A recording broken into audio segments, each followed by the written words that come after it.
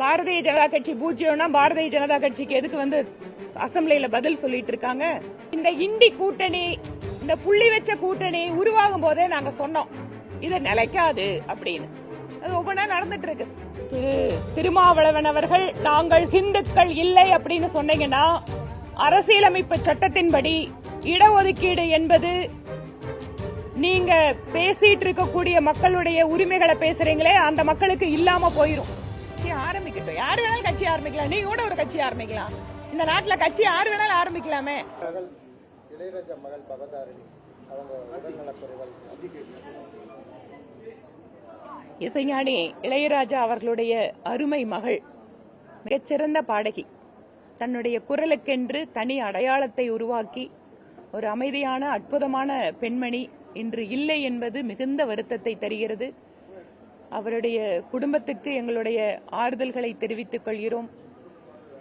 மறைந்த ஆன்மா இறைவனடியிலே அந்த ஒரு அமைதியை பெற வேண்டும் என்பதற்காக நாங்கள் பிரார்த்தனை செய்கிறோம். அவரும் சிறந்த ஒரு ஆன்மீக, அந்த அம்மாவும் ஒரு பக்தை தான். ஒரு கடவுளுடைய பாடல்களை எல்லாம் உருகி உருகி பாடக்கூடியவர். நிச்சயமாக அந்த இறைவன் அவருடைய ஆன்மாவிற்கு அமைதி தருவார் என நம்புகிறோம்.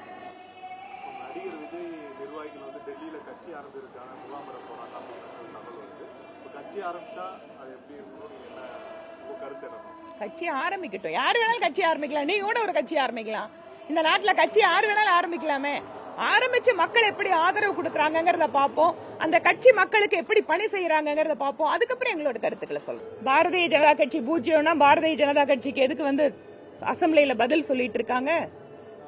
அசெம்பிளிக்கு வெளியில எதுக்கு அமைச்சர்கள் எங்களுக்கு பதில் சொல்றாங்க? பூஜ்யத்துக்கு யாராவது மதிப்பு இல்லைன்னு சொன்னா அப்ப எங்களுக்கு பதிலே சொல்ல வேணாமே. எதுக்கு ஒவ்வொரு நாளும் திராவிட முன்னேற்ற கழகத்தினுடைய அரசியல் என்பதே பாரதிய ஜனதா கட்சியை வைத்துதான் இயங்கிக் கொண்டிருக்கிறது. தமிழகத்திலே ஆளும் கட்சி திராவிட முன்னேற்ற கழகத்தினுடைய அரசியல் என்பது பாரதிய ஜனதா கட்சியை எதிர்ப்பதற்காகத்தான் அந்த அரசியலை நடத்துறாங்க. பிஜேபி இல்லைன்னு சொன்னா அவங்களுக்கு இன்னைக்கு அரசியலே இல்லைங்கிற மாதிரி தான் அவங்களே நடந்துக்கிறாங்க. திருமாவளவன் அவர்கள் நாங்கள் இந்துக்கள் இல்லை அப்படின்னு சொன்னீங்கன்னா, அரசியலமைப்பு சட்டத்தின்படி இடஒதுக்கீடு என்பது நீங்க பேசிட்டு இருக்கக்கூடிய மக்களுடைய உரிமைகளை பேசுறீங்களே அந்த மக்களுக்கு இல்லாம போயிரும். இதெல்லாம் புரிஞ்சுட்டு தான் பேசுறீங்களா? திருமாவளவன் அவர்கள் ஒன்றை தெளிவாக புரிந்து கொள்ள வேண்டும். ஜாதிய பாகுபாட்டுக்கு என்னைக்கு நாங்க ஆதரவானவர்கள் அல்ல. தீண்டாமையை முழுமூச்சாக எதிர்த்து செயல்பட்டுக் கொண்டிருக்கக்கூடிய இயக்கம் 100 ஆண்டுகளை காணப்போகின்ற RSS இயக்கம். அதனுடைய குடும்பத்தில் இருக்கின்ற அத்தனை அமைப்புகளும் தீண்டாமைக்கு எதிரான ஆக்கப்பூர்வமான செயல்களை செய்து கொண்டிருக்கிறோம். ஆனால் இடஒதுக்கீடு என்று வருகின்ற பொழுது எதற்காக கொடுத்தார்கள்? இந்த கொடுமையிலிருந்து மக்களை காப்பாற்ற வேண்டும், அவர்களுக்கு ஒரு அங்கீகாரம் வேண்டும் என்பதற்காக இடஒதுக்கீடு. நீங்கள் இந்துக்கள் இல்லை என்று சொல்லி நீங்க வந்து அரசாங்கத்தோட வருவாய்த்துறை ஆவணத்துல போய் நான் இந்துக்கள் இல்லைன்னு சொன்னீங்கன்னா உங்களுக்கு இடஒதுக்கீடே இல்லாம போகுமே. இந்த ஆபத்தை நீங்க புரிஞ்சுதான் பேசுறீங்களா?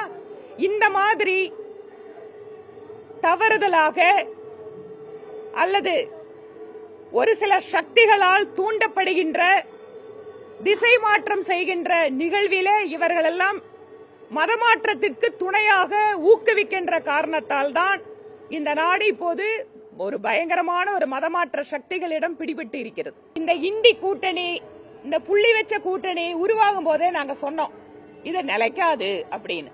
அது ஒவ்வொன்றா நடந்துட்டு இருக்குது. ஏன் பொதுவான குறிக்கோள் எதுவும் இல்ல, அவர்களுக்கு என்று ஒரு செயல் திட்டம் இல்ல. ஏனென்றால் இந்த புள்ளி கூட்டணி உருவானதே அவர்களுடைய குடும்ப அரசியலை காப்பாற்றுவதற்காக, தலைவர்களுடைய குடும்ப அரசியலை காப்பாற்றுவதற்கு. அவர்களுக்கு மக்கள் நலன் என்பது எப்போதுமே பிரதானமாக இருந்ததில்லை. அதனால அது கொஞ்ச காலத்தில் இப்படிதான் உடையும். தேர்தலுக்கு முன்பாக இன்னும் கூட நிறைய கட்சிகள் எல்லாம் மாறும் பாருங்க.